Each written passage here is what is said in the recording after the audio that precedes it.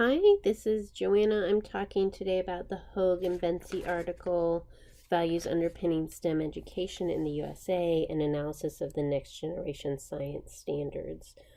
And I just identified kind of the NGSS in this broader historical context of standardization, like writing standards and then assessment. So I listed some important dates there that I thought were reasonable.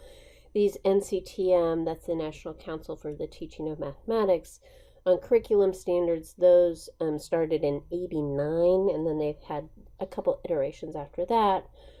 And then most recently, of course, the Common Core State Standards 2010, of which the NGSS standards are used to kind of augment those because these standards are about science, and there are not specific detailed standards in the Common Core around science. So the standards broadly are for grades 1 through 12. There's an introductory policy and 13 appendices. And then you'll see the purpose of the standards. This is a quote, is to instill aptitudes and orientations in all students conducive to science-related jobs, which can then support development of national and global economics. So Hoag and Bensi outline this research problem, which the question is, what are just about values? What are some of the values prioritized in the NGSS? How are these discursively constituted, and what are the implications for science education based on these standards? Sorry.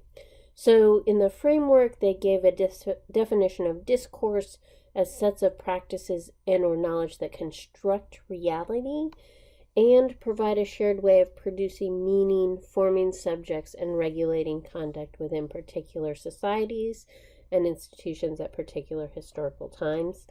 And then they rely on 3 assumptions from their framework, that values are embedded in discourse and then are distributed to the educational sector. That policy is a significant way in which educational discourses are disseminated, which is particular here. And then when policy is written by private groups, educational discourses are being written by them and not by local communities. And they have an emphasis on these private group authorship here that comes into play every so often. So for their methodology, they looked at 250 pages of NGSS supporting documents and then the written standards.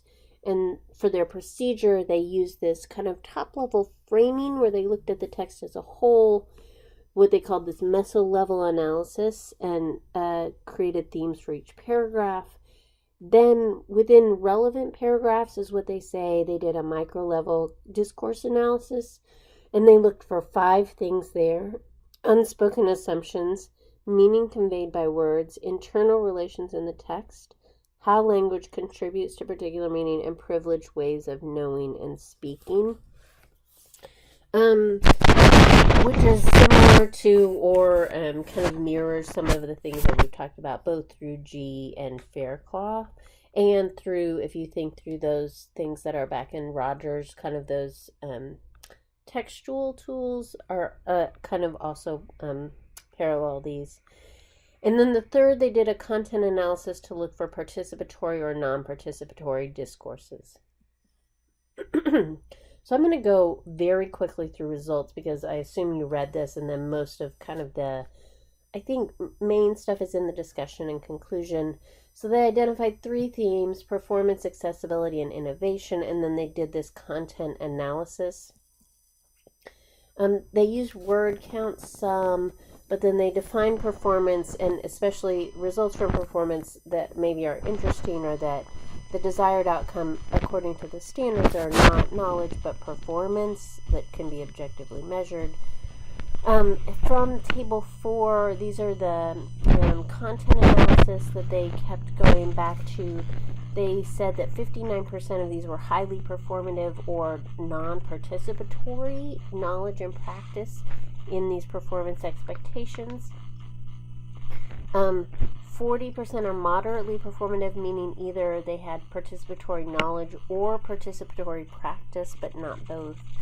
and then less than 1% are participatory in knowledge and practice, and that comes up in the analysis on accessibility and innovation also. Accessibility is a second theme. Mostly here that in the standards they found accessibility was defined kind of in terms of equal opportunity, and that there was a lot of emphasis placed on both teacher and student to make the standards accessible, or for students to access the standards. And then here you see their kind of mid-level conclusion that because 59% of the standards are non-participatory, they limit accessibility. And then innovation and creativity, this is a short paragraph on page 13. It's undefined, but it's dependent on relationships between engineering, innovation, and creativity. Again, the practices, not knowledge, seem to rely on innovative practices. This is where innovation comes in. But again, in this content analysis, only 6% of performance expectations were coded as participatory in practice. And they concluded that this may limit opportunities for innovation. Okay, through the discussion, they primarily were trying to make this argument in favor that there were neoliberal discourses throughout the policy document. Performances should be measurable and reproducible. Accessibility is based on individual effort and equality of opportunity. And that innovation can be learned and developed through prescribed practices. And in some ways, the argument here is that innovation is a commodity. So for my analysis, I will talk a little bit. I think there are a lot of strengths in this paper, and especially right up until I got to the discussion, to me, it just felt like so solid. So the research problem and question are well established, and I understood why they might be asking it or the need for it. Methodology was understandable and very well explained in my mind. I did have this small question on what a relevant paragraph was, and I would have appreciated a single sentence about how that was defined. The theoretical framework was well established too, making assumptions underlying the study apparent. And I just thought the results were very well written. These tables and figures and the ways that they moved back and forth between the analysis and the original text, and then how they did the discourse analysis, especially I think that's table maybe 1, is that? Was just really, table 1 is just really lovely to kind of look at. My critiques around these claims about neoliberalism, I thought the performance argument and the argument around accessibility were pretty solid. The performance argument is very solid. Accessibility, this argument hinges on accessibility being defined as equality of opportunity. So then success or access is due to individual kind of effort. And that is kind of a neoliberal. It was a little, I said here, muddled for me on page 16, where they were making an argument about community-grounded science versus kind of this privately authored science. And maybe this is, you'll see, I'll come back to this later. Maybe this is where I lost their argument and didn't know exactly what they were trying to get for. And I have this question, which is it reasonable to expect kind of this global, or maybe it's not global, but national solution to rely and build on local knowledge? And what would the standards look like that could kind of straddle both those needs, like this kind of standardized national standards and also relying on local knowledge? I didn't have a sense of what that might be.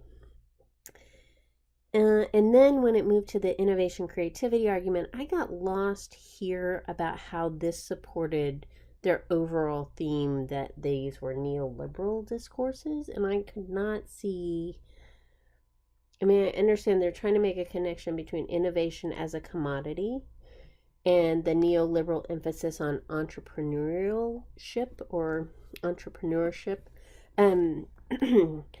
But like to me, the results from their actual analysis mostly just showed that these NGSS standards like would talk about innovation, but really and talk about creativity, but when they were enacted and in the actual kind of performance expectations, that innovation and creativity weren't valued. And so they had interpreted that as kind of a limited creativity that would feed the market. And I just think it was kind of a dissonance in the actual NGSS standards. But so, so that connection, the innovation creativity connection to this neoliberal discourse was less clear to me. But maybe in the comments, if it was clear to y'all, that I would love to kind of hear about that. I got a little lost in here. Also, when I got to the conclusion, there was a lot of stuff in here that I kind of didn't follow, and I think it leads back to things, pieces of the argument that I didn't follow when they were happening in the article. So from the first paragraph, therein lies a potential problem with the development of NGSS. Their production by private actors appears incongruent in many ways with democratic values that are important for public school education. I am not sure that I really thought they made a case that the private actors part was very influential here. I mean, neoliberal discourses are really present in a lot of sectors, not just in kind of private entities or in like private industries. So that this connection where they're trying to kind of connect this with the authorship was a little weak to me. The second paragraph, which they conclude by saying STEM educational reforms could flood the labor force with STEM workers, creating greater competition, resetting a higher bar for worker performance with lower pay. I have not heard that argument before, and I'm not sure how it kind of contests the neoliberal argument. I mean, you're still making an argument around whether or not people should enter STEM because of its market value, and so I'm not sure it's actually doing what they want it to do. But I think the last paragraph is kind of the fundamental idea that I took away from this article, which is like how this discourse resists alternative ways of teaching and learning. Local communities might be more critically aware of the need for liberal and alternate interpretations of the knowledge and practices outlined in the NGSS. So kind of helping communities think through whether or not they want to implement these as written or change them seems reasonable to me, and especially around these ideas of accessibility, the ways that the NGSS documents are not kind of living up to their kind of goal of accessibility and not living up to their goal of innovation and creativity, maybe seems like the biggest takeaway for me. So final thoughts. They are using multiple forms of analysis. It was unclear to me if they needed to use another kind of document source to triangulate this neoliberal argument from other sorts of science policy documents. It's also not clear how much critical discourse analysis was actually done. This idea of relevant paragraphs was a bit fuzzy that I wasn't sure.